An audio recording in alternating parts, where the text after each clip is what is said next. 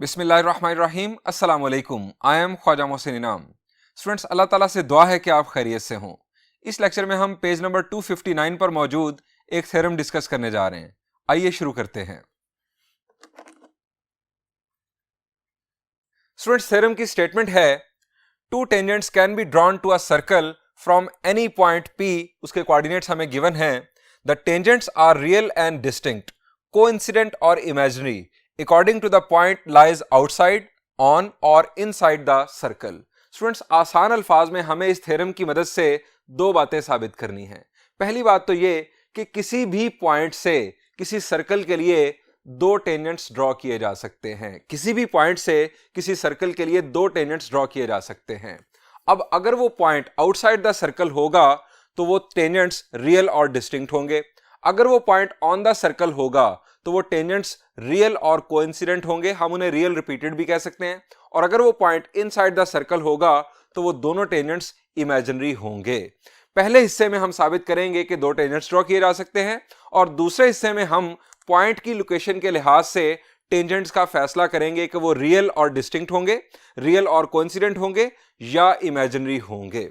Students, इस theorem को समझने के लिए हमें पहले रिकॉल करना होगा कि हम कैसे जज करते हैं कि कोई पॉइंट सर्कल के लिहाज से कहां पर मौजूद है। हम ये बात पहले डिस्कस कर चुके हैं, how to check position of a point with respect to a circle. ये आर्टिकल मैं आपको रिकॉल करवा देता हूं, उसके यानी जो मेन पॉइंट्स है वो आपको रिकॉल करवा देता हूं। फर्ज करें कि हमारे पास एक सर्कल है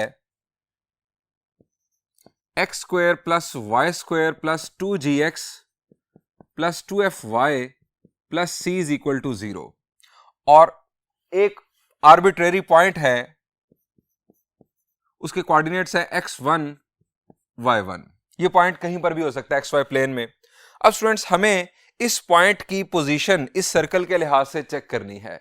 हमने डिस्कस किया था कि अगर सर्कल की इक्वेशन जनरल फॉर्म में हो, आप पॉइंट के कोऑर्डिनेट्स अगर जनरल फॉर्म की लेफ्ट साइड पर पुट करें और हमारे पास आंसर पॉजिटिव आ जाए, यानी मैं इसके पॉइंट्स रिकॉल करवाता हूं।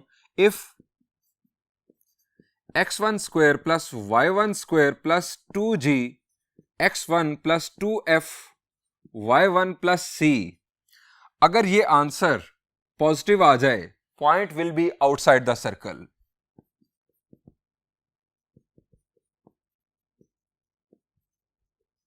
मैं मुख्तसर लिख रहा हूं, point will be outside the circle, आप अंडरस्टूड समझे। Number 2, if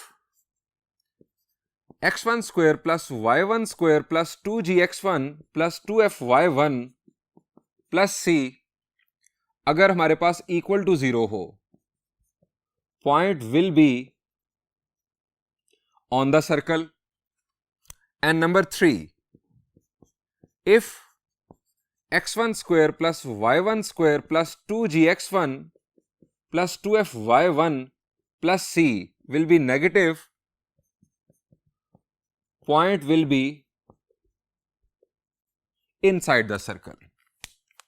outside the circle जब पॉइंट होगा तो हमने साबित करना है कि दोनों टेंजेंट्स रियल और डिस्टिंक्ट होंगे। जब पॉइंट ऑन द सर्कल होगा तो हमने साबित करना है कि दोनों टेंजेंट्स रियल और कोइंसिडेंट होंगे। और जब पॉइंट इनसाइड द सर्कल होगा तो हमने साबित करना है कि टेंजेंट्स इमेजिनरी होंगे। आइए अब इस थ्योरम का प्रूफ देखते हैं।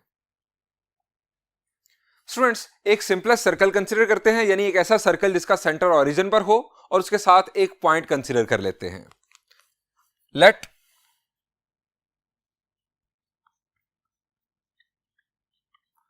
देयर बी अ सर्कल, उस सर्कल की इक्वेशन है x square plus y square is equal to r square. आपकी बुक में आर की जगह पर ए लेटर यूज किया गया है, आर ज्यादा बेहतर है चूंकि r for radius. And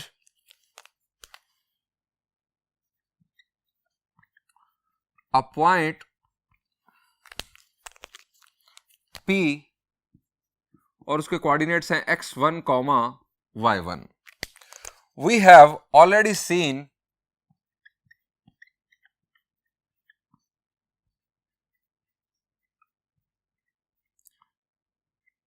that lines y is equal to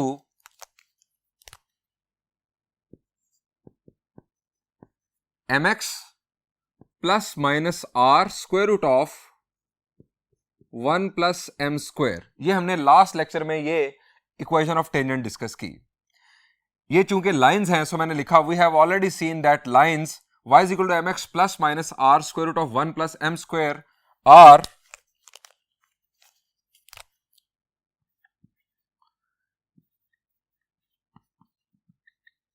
equations of tangents for all values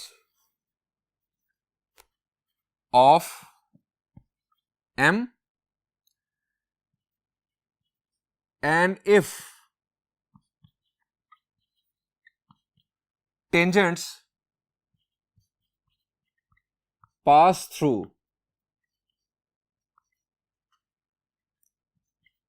point x1, y1। Students यहां पर हमें बेसिकली बात करनी है इस पॉइंट से गुजरने वाले टेंजेंट्स की।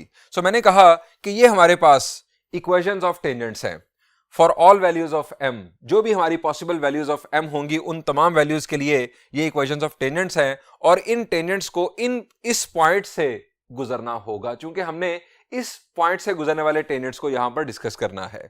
अगर स्टूडेंट्स ये टेंजेंट्स इस पॉइंट से गुजर रहे हैं तो इसका मतलब है कि इस इक्वेशन को इस पॉइंट के कोऑर्डिनेट्स की मदद से सेटिस्फाई होना चाहिए। हम x की जगह पर x1 और y की जगह पर y1 पुट कर सकते हैं चूंकि टेंजेंट इस पॉइंट से गुजर रहा है। If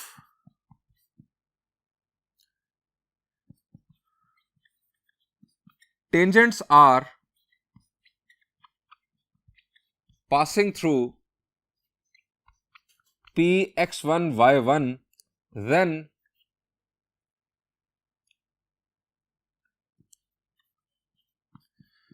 equation will be satisfied by this point। equations will be satisfied by this point। अब स्टूडेंट्स मैं इस इक्वेशन में पॉइंट के कोऑर्डिनेट्स पुट कर रहा हूं। y की जगह पर आ गया y1 m x1 plus minus r square root of 1 plus M square. अब स्टूडेंट्स ये उन टेंजेंट्स की इक्वेशंस आ गई जो हमारे पास इस पॉइंट से गुजर रहे हैं। अब स्टूडेंट्स हम इस इक्वेशन को सिंप्लीफाई करेंगे। हमें यहां पर रिक्वायर्ड क्या है? r तो हमारे पास पहले से मौजूद है। जब सर्कल की इक्वेशन गिवन होगी तो हमारे पास रेडियस तो मौजूद है, हमारे पास ये पॉइंट के कोऑर्डिनेट्स भी आ चुके। हमें इनफैक्ट m की वैल्यू चाहिए। m की वैल्यू मालूम करने के लिए हमने इस इक्वेशन को सिंप्लीफाई करना है। अब इस इक्वेशन को हम सिंप्लीफाई करते हैं। ये स्क्वायर रूट कैंसिल करने के लिए मैं ये करने जा रहा हूं कि मैं इस टर्म को लेफ्ट साइड पर शिफ्ट करके देन स्क्वायर अप्लाई करूंगा। y1 minus M x1 is equal to plus minus r square root of 1 plus M square. अब squaring both sides. Squaring both sides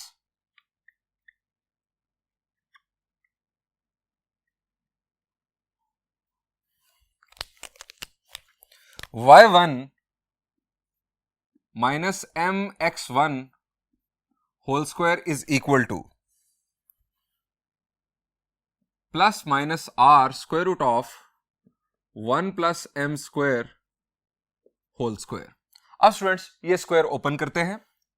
y1 square plus m square x1 square minus 2 m x1 y1 is equal to, अब plus का square भी positive और minus का square भी positive, so हमारे पास right side पर अब आ जाएगा r square into 1 plus m square. Square root cancel हो गया। अब फर्दर सिंप्लीफिकेशन परफॉर्म करते हैं। ये तमाम टर्म्स को इक्वल के एक तरफ शिफ्ट कर लेते हैं। y1 square plus m square x1 square minus 2 m x1 y1, r square 1 के साथ मल्टीप्लाई हुआ, अब लेफ्ट साइड पर शिफ्ट हुआ तो माइनस r स्क्वायर, और m स्क्वायर r स्क्वायर भी लेफ्ट साइड पर m square r square is equal to 0। अब स्टूडेंट्स हमें बुनियादी तौर पर क्या रिक्वायर्ड था? हमें m की वैल्यू रिक्वायर्ड थी। अब हम इसको ऑब्जर्व करते हैं कि ये किस टाइप की इक्वेशन बन रही है m के लिहाज से। अब स्टूडेंट्स अगर आप यहां पर देखें, हमारे पास एक ये टर्म है जिसके अंदर m स्क्वायर है और एक ये टर्म है जिसके अंदर m स्क्वायर है। इसके बाद ये टर्म है m वाली और ये दो टर्म्स हैं हमारी कांस्टेंट टर्म्स, इनमें m मौजूद नहीं है। अगर हम इसे m के लिहाज से ऑब्जर्व कर रहे हैं तो हमें पता चलता है कि ये m में क्वाड्रेटिक इक्वेशन बन रही है, चूंकि इसके अंदर m स्क्वायर वाली टर्म भी है, इसके अंदर m वाली टर्म भी है और इसके अंदर कांस्टेंट टर्म भी है, जिससे हमें ये पता चल रहा है कि ये m में क्वाड्रेटिक इक्वेशन बन रही है। हम इसे क्वाड्रेटिक इक्वेशन प्रॉपर बनाकर देखते हैं। इन दो टर्म्स में से स्टूडेंट्स मैं m स्क्वायर कॉमन ले रहा हूं, यहां आ जाएगा x1 square minus r square, x1 square minus r square, ये आ गया m square common, minus 2 mx1 y1 ये वाली टर्म, उसके बाद plus y1 square minus r square is equal to 0। ये स्टूडेंट्स अब वाज़ेह तौर पर नजर आ रहा है कि ये m में क्वाड्रेटिक इक्वेशन है। स्टूडेंट्स यहां से पहली बात साबित हो गई। पहली बात क्या थी कि हमने साबित करना था कि किसी भी पॉइंट से किसी सर्कल के लिए दो टेंजेंट्स ड्रॉ किए जा सकते हैं। अब यहां से यहां पर m में क्वाड्रेटिक इक्वेशन आने का मतलब क्या है कि m की आपके पास दो वैल्यूज आएंगी। अब आप जानते हैं चैप्टर 4 फर्स्ट ईयर में आपने पढ़ा था कि क्वाड्रेटिक इक्वेशन के दो रूट्स आते हैं। अब वो रूट्स रियल डिस्टिंक्ट भी हो सकते हैं, वो रियल रिपीटेड भी हो सकते हैं और वो इमेजिनरी भी हो सकते हैं। क्वाड्रेटिक इक्वेशन आने का मतलब कि अब आपके पास दो वैल्यूज आनी ही आनी हैं। सो यहां से इस क्वाड्रेटिक इक्वेशन के आने की वजह से ये बात साबित हो गई कि दो टेंजेंट्स ड्रॉ किए जा सकते हैं। मैं यहां पर लिखूंगा as this equation is quadratic in M, so there are two possible values of M. The nature of values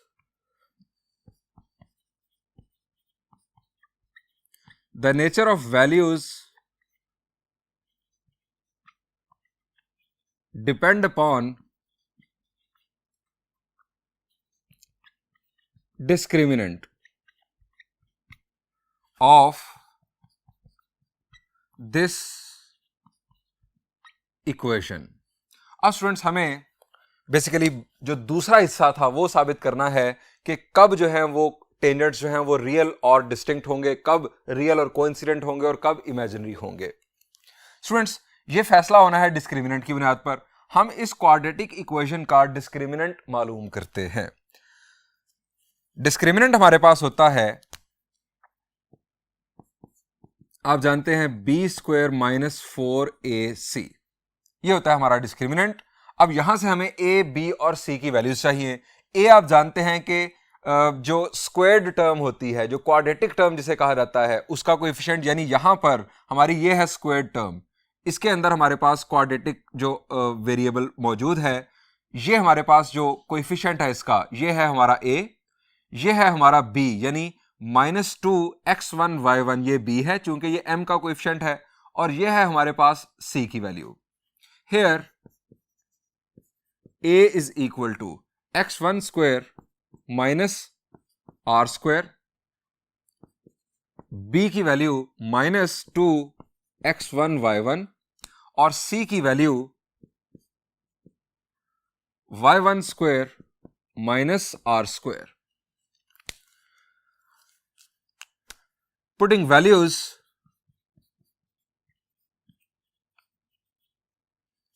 discriminant हमारा B square -2x1y1 square -4a into C. अब स्टूडेंट्स इस डिस्क्रिमिनेंट को सिंप्लीफाई करते हैं। डिस्क्रिमिनेंट विल बी, यहां पर square open किया, ये आ जाएगा 4x1 स्क्वायर y1 स्क्वायर। उसके बाद स्टूडेंट्स हमने यहां पर मल्टीप्लिकेशन परफॉर्म करनी है। x1 स्क्वायर मल्टीप्लाई होगा y1 स्क्वायर के साथ और बाद में -4 भी मल्टीप्लाई होगा, हमें यहां पर मिलेगा -4x1 square y1 square.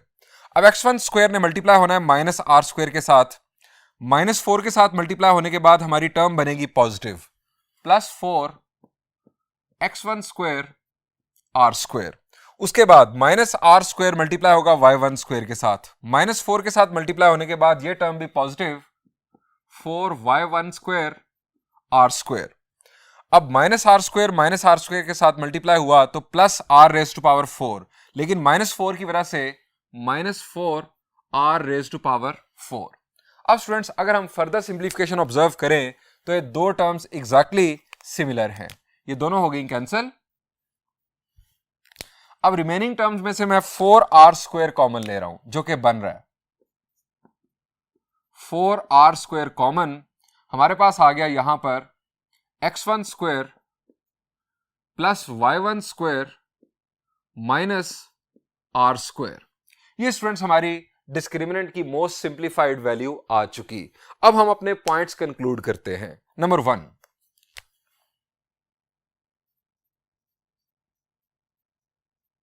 Conclusions. Number 1,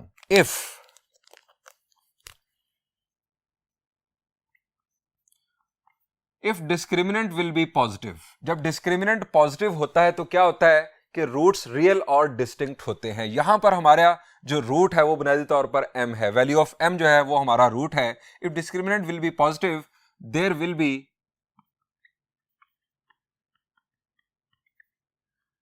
to real and distinct values of m, and we will have two real and distinct tangents। अब ये डिस्क्रिमिनेंट पॉजिटिव, इसकी शक्ल भी हम जरा देख लेते हैं। 4r square into x1 square plus y1 square minus r square greater than 0। अब स्टूडेंट्स ये हमारे पास क्या है, ये रेडियस ऑफ सर्कल है और हम यहां पर ऐसा सर्कल कंसीडर कर रहे हैं जिसका रेडियस 0 नहीं है, यानी हम 0 सर्कल जो है वो कंसीडर नहीं कर रहे। सो स्टूडेंट्स अगर हम आर स्क्वायर से डिवाइड कर दें, 4r स्क्वायर से इनफैक्ट अगर डिवाइड कर दें पूरी इनइक्वालिटी को, तो हमारे पास रह जाएगा x1 square plus y1 square minus r square greater than 0। अब स्टूडेंट्स हमारी जो सर्कल की इक्वेशन थी मैं आपको वो भी रिकॉल करवाता हूं। सर्कल की इक्वेशन थी, ये मेरा rough patch, x square plus y square is equal to r square. अगर मैं इसे जनरल फॉर्म में कन्वर्ट कर लूं तो ये बनता है x square plus y square minus r square is equal to 0। अब स्टूडेंट्स आप जरा इसे ऑब्जर्व करें, ये क्या है, ये सर्कल की इक्वेशन के अंदर जो जनरल फॉर्म में गिवन होगी उसमें x की जगह पर हमारा पॉइंट का x कोऑर्डिनेट है और y की जगह पर पॉइंट का y कोऑर्डिनेट है।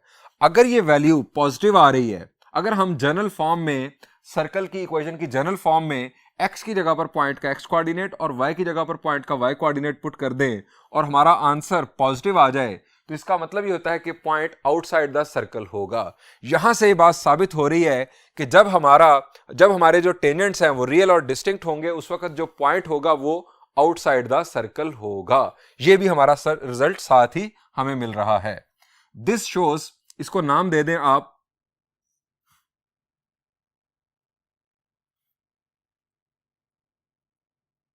वन का। One shows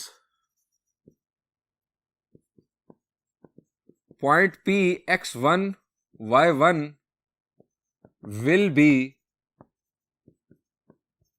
outside the circle, यानी ये बात भी साथ कंक्लूड होगी कि जब पॉइंट आउटसाइड द सर्कल होगा तो हमारे पास दो रियल और डिस्टिंक्ट टेंजेंट्स ड्रॉ होंगे। Number 2,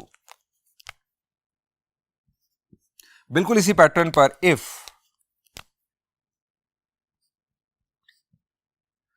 discriminant will be equal to 0, there will be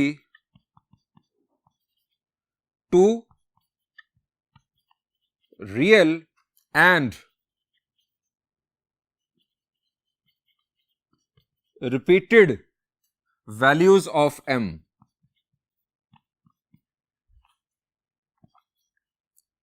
and we will have, जब m की वैल्यू इनफैक्ट रिपीट होगी तो हमारा एक टेंजेंट और वही दूसरा टेंजेंट, हम ऐसे टेंजेंट्स को कोइंसिडेंट टेंजेंट्स का नाम देंगे. We will have two real and coincident tangents.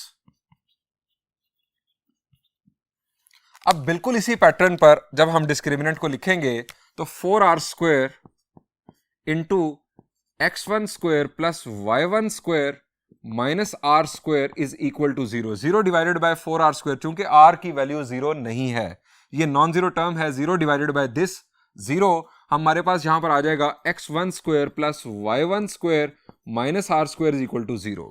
और ये चीज ये शो कर रही है कि जो पॉइंट है ये हमारा ऑन द सर्कल होगा. ये चीज हमने शुरू में डिस्कस की थी कि अगर आप सर्कल की इक्वेशन की जनरल फॉर्म की लेफ्ट साइड पर आप पॉइंट के कोऑर्डिनेट्स पुट कर दें और आपका आंसर 0 के इक्वल आ जाए तो इसका मतलब होगा कि पॉइंट ऑन द सर्कल होगा.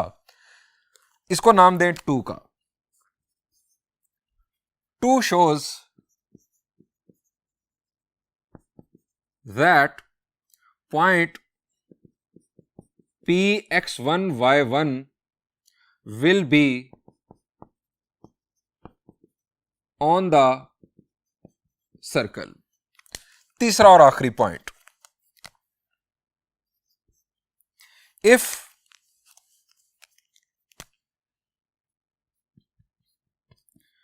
discriminant will be negative, there will be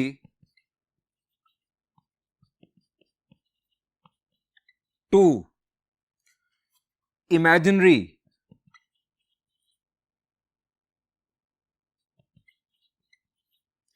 values of m,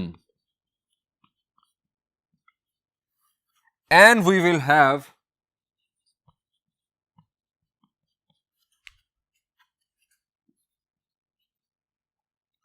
two imaginary tangents.